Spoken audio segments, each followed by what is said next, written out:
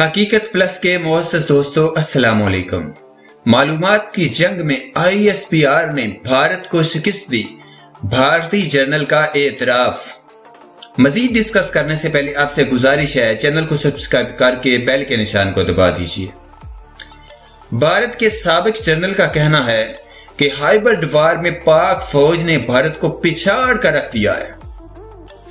بھارت کے سابق lieutenant general عطا حسنین نے 28 مارچ کو برطانوی think tank institute of strategic studies سے خطاب میں اعتراف کیا کہ پاک فوج کے شعبہ تعلقات عامہ ISPR نے ہمیں سکھایا معلومات کی فراہمی کیا ہوتی ہے۔ بھارتی سابق کور کمانڈر شمالی کمانڈ لیفٹیننٹ جنرل عطا حسنین کا کہنا تھا کہ بھارت کو اطلاعات کے شعبے میں ISPR نے پچھاڑ دیا اور پاکستان اطلاعات کی جنگ پورے طریقے سے جیت چکا ہے۔ انہوں نے کہا کہ اگر کسی نے سکھایا کہ اطلاعات کے ساتھ کیسے کھیلنا ہے تو وہ ISPR ہے۔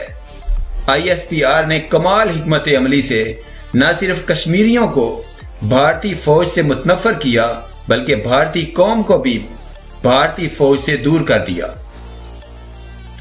ان کا کہنا ہے کہ کشمیر میں اٹھتے جنازے عسکریت پسندی کے عروج کی وجہ ہے اور آزادی پورے کشمیر میں گونج رہی ہے، طاقت کا استعمال اس کا حق نہیں۔